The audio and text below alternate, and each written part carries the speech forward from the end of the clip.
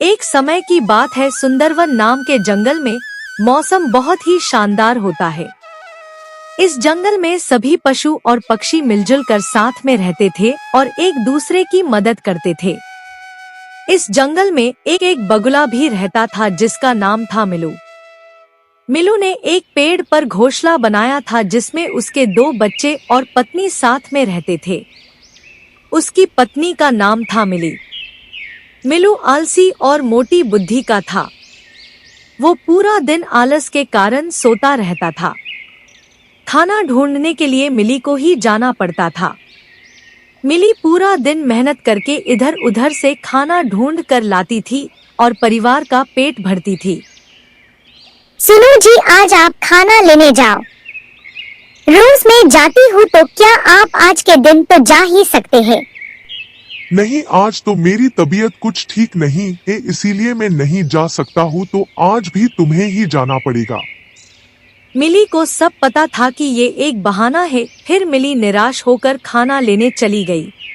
मिली ने बहुत खाना ढूंढने की कोशिश की लेकिन उसे दाने नहीं मिले। फिर मिली चेरी का फल लेकर वापस अपने घोंसले पर चली आई। ये लो, आज तो मैं चेरी का फल लेके आई हूँ क्योंकि बहुत कोशिश करने पर भी आज दाने नहीं मिले। इस तरह मिली रोज कुछ न कुछ खाने में लाती और मिलू पूरा दिन बैठकर खाने का आनंद लेता था।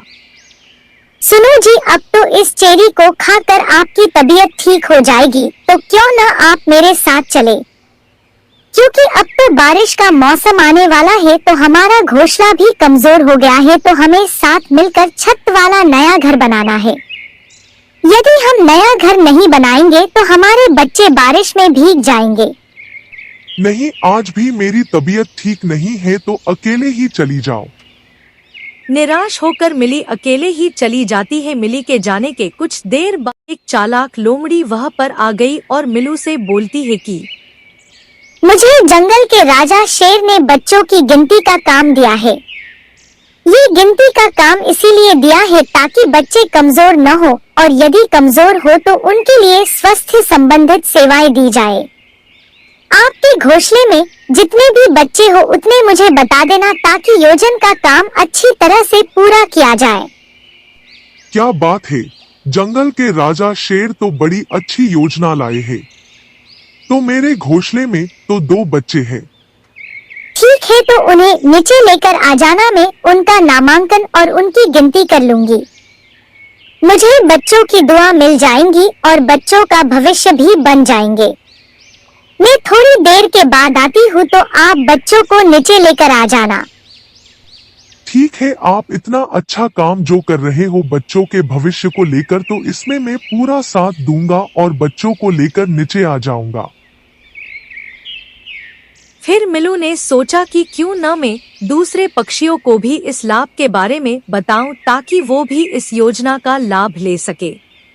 मिलू दूसरे पक्षियों के पास जाकर लोमड़ी की बात बताता है और सभी बच्चे नीचे इकट्ठा हो जाते हैं।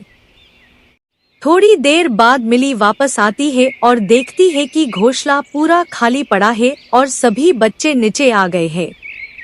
मिली नीचे आकर देखती है कि उसके बच्चे और दूसरे पक्षियों के बच्चे भी नीचे आ गए हैं। तभी मिली समझ गई कि यह जरूर किसी की चाल है। आप सभी बच्चों के साथ नीचे क्यों आ गए हो? क्या आपको पता नहीं कि बच्चों को नीचे लाना खतरे से खाली नहीं है? कोई भी प्राणी बच्चों का शिकार कर सकते हैं। फिर तुरंत मिली के कहने पर सभी पक्षी बच्चों को लेकर ऊपर अपने अपने घोंसले में चले जाते हैं। मिली सच्चाई का पता लगाने के लिए लोमड़ी के पास जाती है और छुपके से उनकी बातें सुनती है, जहां 2 लोमड़ी आपस में बातें कर रही होती है। सुनो बहन, आज तो मैंने ऐसी चाल चली है कि आज हमें भरपेट शिकार मिलने वाला है। मैंने नामांकन के बहाने सभी पक्षियों के बच्चों को नीचे जमीन पर लाने की बात की है, तो थोड़ी देर में सभी नीचे आ जाएंगे और हम दोनों सभी पर टूट पड़ेंगे और सभी पक्षियों और उनके बच्चों को अपना भोजन बना लेंगे। अरे वाह, क्या बढ़िया प्लान बनाया है तुम्हारा। तो कोई जवाब नहीं। कई दिनों से मैंने अच्छा शिकार नहीं किया है, तो आज अच्छा भोजन मिलेगा। ये सारी बात चुपके से मिली सुन रही होती है। मिली ने सोचा कि लोमड़ी का प्लान कामयाब न हो, इसके लिए कुछ सोचना पड़ेगा। उसने सोचा कि क्यों न खरगोश की इसमें मदद ली जाए। मिली, खरगोश और सभी पक्षी एक जगह इकट्ठे होते हैं। खरगोश सभी को बोलता है कि मेरे दिमाग में एक बढ़िया सा प्लान है। हमें बस एक बार किसी भी तरह उन लोमड़ियों को सामने वाली झोपड़ी में लाना है। बस वो एक बार झोपड़ी के अंदर आ जाए, फिर मेरा कमाल देखना। प्लान के मुताबिक जैसे हो लोमड़ियां आती है तो मिली उनसे बोलती है कि आइए आइए, आपका स्वागत है। आप ये जो भले का काम कर रहे हैं वो हम सबको बहुत पसंद आया। बच्चों का नामांकन करके उनकी स्वास्थ्य की आप कितनी चिंता करते हो ये जानकर हमें बहुत खुशी हुई। हम सभी को इस नामांकन का पूरा लाभ लेना है, इसीलिए हमने हमारे बच्चे को सामने वाली झोपड़ी में रखे हैं। आप दोनों जाइए और नामांकन करके आ जाइए।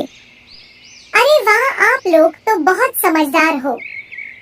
लगता है कि आपको आपके बच्चों के स्वास्थ्य की काफी चिंता है। तो हम दोनों नामांकन करने जाते हैं, तब तक आप सभी यहीं पर ठहरो। फिर जैसे ही दोनों लोमड़ियां झोपड़ी के अंदर जाती है तो तुरंत खरगोश बाहर से झोपड़ी का दरवाजा बंद कर देता है। लोमड़ियां समझ जाती है कि दरवाजा भी बंद कर दिया और बच्चे भी नहीं है, तो खरगोश और सारे पक्षियों ने हमें बेवकूफ बनाया। फिर दोनों लोमड़ियां डर के मारे चिल्लाती है, बचाओ बचाओ, हमें यहाँ से बाहर निकालो, हमारा दम घुट रहा है यहाँ। फिर खरगोश और सभी पक्षियों लोमड़ियों को अंदर ही रहने देते हैं और उन्हें उनकी सजा मिल जाती है। तो बच्चों, इस कहानी से हमें ये सीख मिलती है कि हमें कभी भी अपनों के साथ चालाकी नहीं करनी चाहिए। चालाकी का परिणाम कभी भी अच्छा नहीं होता है।